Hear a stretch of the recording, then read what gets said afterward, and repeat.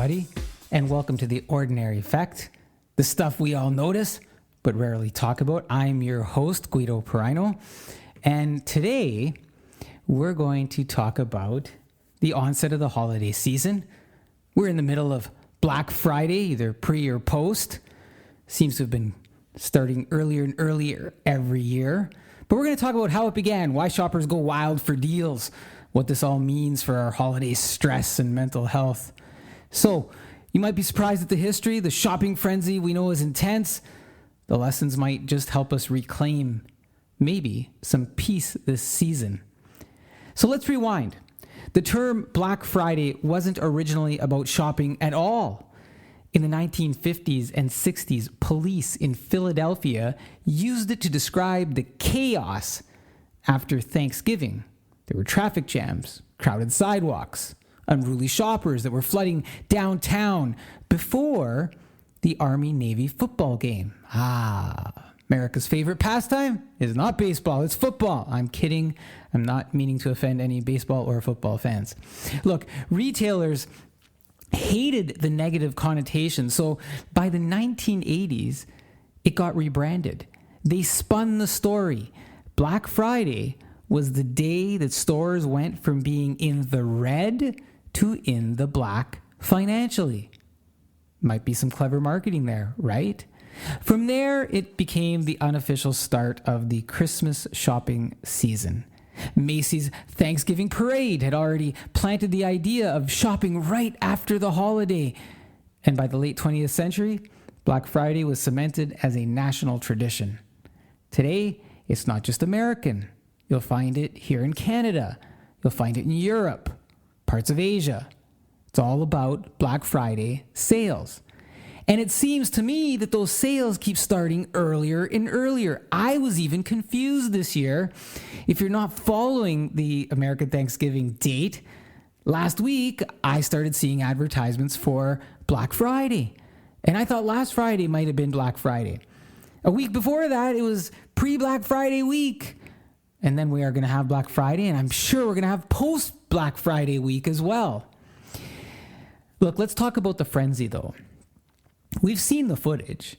Doors opening at midnight, crowds rushing in, people grabbing TVs like they're gold bars. Retailers fuel this with scarcity, limited stock, doorbuster deals, and countdown clocks. But here's the catch.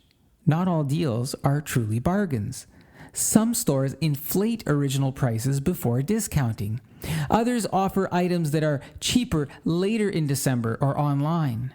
The thrill is often less about saving money and more about the adrenaline, being part of the moment, competing for that prize. It's shopping as a sport.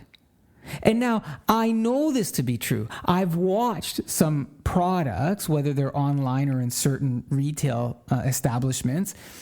They've gone from a certain price a couple of weeks ago, inflated, and then a bit of a percentage has come off that might put it just slightly below that original cost. Not much. Now, there are some decent deals where throughout the year, I know what a product costs because I've either purchased it or someone else has purchased it. Computers, laptops, for example, I know that they've had some very good deals. Now, same thing, they've inflated the price, but the large discount that they advertise still is significant from their original price. So you kind of have to know what you're buying, and if it's worth it, or if you're kind of being duped into that marketing scheme. Black Friday is just the kickoff, though. What follows is to be a month-long marathon of shopping. We know that Cyber Monday follows Black Friday, where that's the technology focus. Look, there's pressure to buy for family, friends, coworkers, sometimes more about obligation than joy. Financial strain is also real. Credit card debts spike during the holidays. Marketing amplifies the urgency. Last chance, limited time, don't miss out. It's easy to feel like love and generosity are measured by the size of the gift bag, but that pressure can take the fun out of the season. My brother-in-law, who recently passed away, we used to have conversations about gift giving.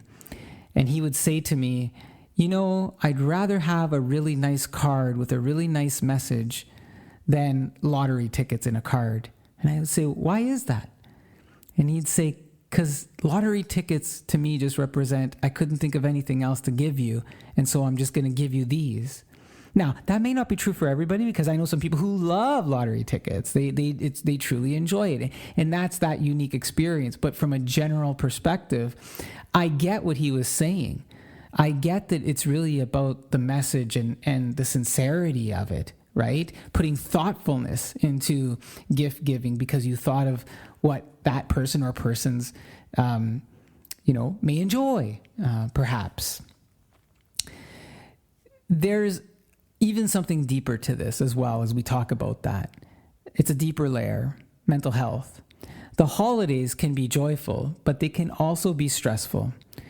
Juggling finances, family expectations, crowded stores, it all creates anxiety. For some, the season highlights loneliness. Social media doesn't help. Endless posts of perfect trees, lavish dinners, piles of gifts can make us feel inadequate. So how do we cope? Well, one way is set a budget and stick to it. Focus on experiences over material gifts, messages. Take breaks from shopping and social media. Avoid it. And remember, the holidays are about connection, not competition.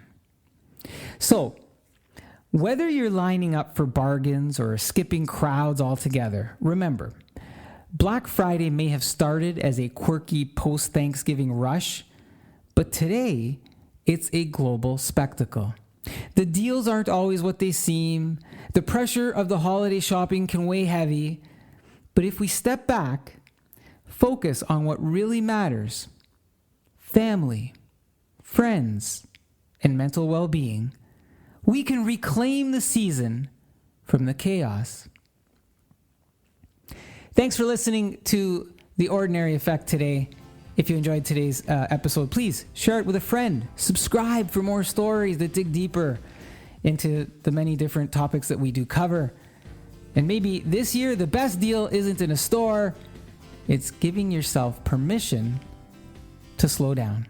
Take care, folks.